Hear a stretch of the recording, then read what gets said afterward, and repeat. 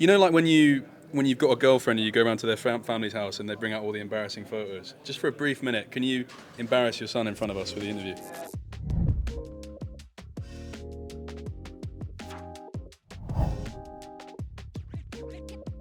Well, I don't know how it's quite happened, but this is this is an interview for the ages. This is I'm here with Mikyx, and if you're wondering who this is on the other side, this is not a professional League of Legends player. This is actually the mother of Mikyx. How did this come about? Well, I don't know. You answer it. Well, I actually have an apology to make because yesterday I interviewed Miky, and in a fit of rage, he sort of insinuated that you were better than me at League of Legends, which I think he basically was saying, I think in order to accentuate how bad I am. But as a consequence of that, I then sort of insulted you. I said, no way she is. I bet you she's really bad at the game, which is quite rude of me. And I just wanted to apologise in person for that. Okay.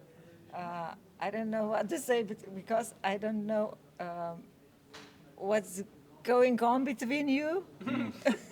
Nothing good. I promise you. Okay, I don't know who has to apologize to someone, so... He's apologizing. Well, I apologise to you for, He was being very rude. In some ways misogynistic, really, to insinuate that you couldn't be better than me at League. I don't know. Maybe you are good at League. I'm not better than you because I don't know how to play this game. I think you know how to play So, Yeah. What was it like growing up with him? Because I've interviewed him before, and I've heard quite a few stories about how, he used to play games late into the night, and his family would catch him and stop him from playing. What was it like having him? Because it sounds like he was just, nightmare child, just always playing video games. I mean, obviously he's done something good with it, but what was it like growing up with a kid like that? how was it? Our kids had one room, so they have to understand each other so well that they can be together. Michael is just a normal son, normal guy, so he's not. I don't know. When you say they've got to understand each other, because I spoke to his little brother, and apparently when Miky comes home, he bullies him and on the video games, and he plays Mortal Kombat against him, and he doesn't let him win ever. Do you think that's understanding him? Because for me, he's already achieved so much in video games. Why won't he let someone younger win? I don't know. I can answer that one. Yeah. Go ahead. Is it because I have to teach them young that sometimes life just isn't fair? And I can't just let them win. You can't just get free wins in life. So I have to teach them when they're young. But do you think that's maybe in some ways hypocritical because you've been getting free wins for the last 3 years now? Yeah. Because the rest of your team just carry you to the finish line. That, in theory, yeah. But also, it was not everything. See, there's quite a lot of hypocrisy here, really, at play, in some ways with him. You know what's funny? That Michael tells me that I shouldn't let the youngest son so much time to spend on the computer. Do you think that's because you think he's never going to make it? Yeah. No, but if at least he would do something like useful, it's fine. But he's just watching YouTube videos and playing Roblox, so like, yeah, it's not really like eventful. You don't think he can go pro in Roblox? No, I don't think so. No. I mean, maybe, but Not playing Roblox anymore. no. Okay. What does he play now? Now he's watching some stupid things on YouTube. Like kind of the skibbity riz, that kind of stuff. Kiat and the toilet, skibbity toilet. That kind of stuff. I don't know. They are screaming, or I don't know what they are doing, and then I scream, "Please, don't Have some watch respect, this." yeah. Understandable. So you, I've heard that you, in your personal life, you're a school teacher, a headmistress. So that's quite ironic that he's just ended up completely avoiding school entirely. How does that end up happening? It's sort of like how when your dad's a police officer, you end up breaking the law quite a lot. I let my children to do what they really want to do. He's a pro player. One of the daughters are ballet dancers. One daughter will be teacher, math teacher, And the You got one of them right at least. the youngest one, I don't know what he will be. Pro Roblox player apparently. No, he said a few years ago, year or two ago, that he will be a pizza delivery guy. That's really good because You know, it sounds like you everyone. get money. You get money when you get the pizza. When you deliver. But this is what's happening to the youth because when they play the Roblox, they do like the pizza delivery simulator, and they think that sounds like a really good. It's so much fun playing it in the game. Why don't I just do it in real life? Yeah. It's good, right? Yeah, it's great. I've never tried it myself personally, but I'm sure it's a lot of fun. And yeah, I would also like someone to deliver me pizza, so I support his decision. Yeah, absolutely. It's good to know you support your little brother being a pizza delivery driver. Yeah. Very supportive older brother. Do you have to confront you? Because I wanted to get an apology from him to you. Because last night I was outside at the front and I said hello to your sister and your brother. And they were outside waiting in the cold for you for about an hour and a half. And that's not, for me, I think you need to maybe put an apology here. This is therapy now instead of an interview. Let's get an apology for you making your family wait so long last night. Okay, first it wasn't even cold, and then second... It was quite cold. and then second... But you're cold-hearted more than anything. That's also true. But secondly, I was stuck in a team meeting. If you want an apology from someone, it should be our coaching staff because they forced me to have a team meeting and then have also 15 minutes breathing on top of that, even though I said that I want to go outside to meet my family. But I was not allowed to go, so... Do you not think after everything your son's done for this organisation, you guys should have like a VIP room, no? You shouldn't be waiting outside. We feel like we are VIP.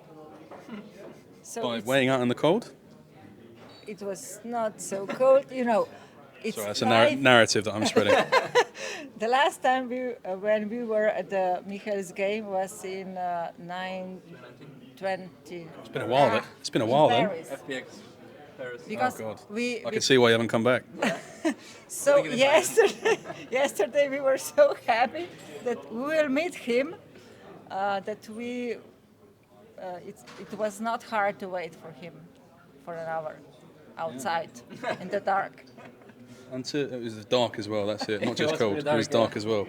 And you can get lost in the dark. I mean, anything can happen. To focus on you and to actually say something nice to you. I mean, you've had a pretty good performance tonight. I would say so. One for the ages, maybe. That's probably the nicest thing I'm ever going to say to you. But talk to me about that because it feels like almost for this season finals, and there's small things that I've been noticing, something that people won't know about me. I mean, you know this from speaking to me. My game knowledge is a lot higher than, I pretend to be stupid. But it feels like in the small macro moments, I think back to the MDK series where on Third Dragon you opt in for taking the base and then you're able to accelerate the map through that. I think of small things that you did today, like dying first. You dive first on bot lane during the dive and then you're able to get on the map and you get advantages all through all three lanes. Where is this you guys seem like you've randomly clicked on your macro, which is something that you've been talking about all year. Duffman this, Duffman that, he's going to save our macro. I thought it was a load of shite, to be honest with you. But it finally seems to have clicked together. So how's that happened so quickly for the season finals? I mean, I think we just spent a lot more time talking together about what we want to do and just reviewing all our games. And it's not like we didn't know how to do some of the stuff that we're doing now. It's just like on stage, sometimes our mind just goes elsewhere and we start like messing up a lot of things or like forgetting how to do stuff. What are you thinking about when you're not focused on stage?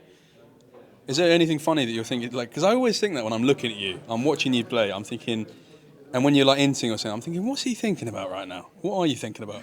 Noob team. I don't know. Today, actually, game 3, I was thinking like, there's just no way everyone is missing every skill shot in the game. Yeah. Like, remember the first 3 fights we had? I think Mikyx missed like WQ on stun target. Oh, he's a like, noob, mate. I've been telling you he's a noob. Do you think sometimes the Koreans watch the LEC and think, Probably. no words, probably just that. Probably, yeah. Just a bit more Korean in the laughter than that. For sure. And sort of to go back to you, what was Miky like as a child? Could you give us a brief picture into what he was like? Or can you tell us any funny stories about him that maybe like when you've got a girlfriend and you go around to their family's house and they bring out all the embarrassing photos. Just for a brief minute, can you embarrass your son in front of us for the interview? I don't know if I can embarrass him, but he was funny when he was Funny looking or? No, funny behavior. Because when we were, I remember a picnic, and I said to him, we said to children, please take the plates and go upstairs and downstairs, and here will be pospravljanje, kako se reče? Cleaned. Clean, yeah. Yeah, Cleaned. And he takes the plates, go upstairs with the plates, and came downstairs with the plates and put them on the table and said, okay, I did what you say. Go upstairs and downstairs. So I was a bit of a comedian. yeah, it's cheeky. It's more cheeky than anything, is it? So where does this lack of respect for authority come from? I don't know. That's just kind of how I got taught growing up. Yeah. Yeah. Like she's saying that I just took a lot of stuff too literally, just to like make fun of it, I guess. So like when someone said, "Yeah, do this," it's like go up and down, because like I was kind of lazy as well, so I didn't want to do. If someone said do some chores, I didn't want to do it. But if it said something literally, and it had a loophole in it, I did that. I did the loophole. Is that something still you carry out in your current playing career? Yeah, and Caps is also a big culprit when it comes to that. Can you give an example of ways in which you two do this? I have to think for a bit, but yeah, I'll give it to you at some point. Next interview. Next interview, great. Well, I'll be in a couple months. I'll be in a couple months. Yeah. I can imagine with Caps it will be like, oh, you got to go to bed early, and then he goes to bed at 6 a.m. and he said, oh, but it was 2 a.m. in China, or something like that. Something like that. Yeah, that's good. That's good from Caps. I remember something. When Michael was younger, Yeah. he always listened to Eurovision songs. Norwegian. Eurovision. Eurovision. Oh, yeah. Sorry. And he knew all the songs and countries and singers. Oh, that's and so on. cute. I didn't know that about you. Shut up. He said that when he will grow up, he will sing at the Eurovision contest. This is so embarrassing. No, it's You're not gonna be a little. embarrassing. You're gonna be a little singer. Now he is on the stage, but not the He's not singing Eurovision though. stage. Come on, Not yet. you got to do a little sing song for us. Come on. No. G2. I don't even know any of the songs. But actually, I remember I was saying to a lot of my friends, yeah, because there was Slovenia's Got Talent back when I was like 12 or something. It was the first time it was happening in Slovenia. I said, yeah, if I would go there, I'd probably just win. Like, because like you just go sing. You think you just win? Yeah, it's like so easy. Like everyone just goes and No, but sings. you know there. the thing with Eurovision is you've got to be likable as well, That's true, yeah. which you'd run into a problem with. That's fair. That's why I didn't go. Did you have any final words after winning LEC? Looking forward to Worlds and whatnot? Yeah, we're gonna win it. Something more interesting than that, please, if that's possible. Could you say something potentially inflammatory towards members of the United States? Yeah. Obviously TL think they're gonna win. LCS kind of sucks. I think they're gonna get stoned by every European team that they face. Really? Yeah. Do you genuinely believe that? Genuinely. They're quite good at lane swaps, though, aren't they? Yeah, sure. You don't care about that? No. I think teams are better at responding to lane swaps. Wow, that's insightful. What about you? How do you think Wales is going to go? I don't know how it gonna goes, but I know what I win, what I wish, What do you wish? that he will win on his birthday. When's your birthday? On the 2nd November. Is that what? Do you know what that is? Final. Is that what you offer? You're not getting there, mate. What can I wish? All right. Possible. It's possible. Yes, I could be skinny. That's possible as well. it's possible. Let's go too far. All right. Goodbye. Thank you so much. Thank you so much. I really appreciate it. It's been lovely interviewing you. Thank you so much for making this happen.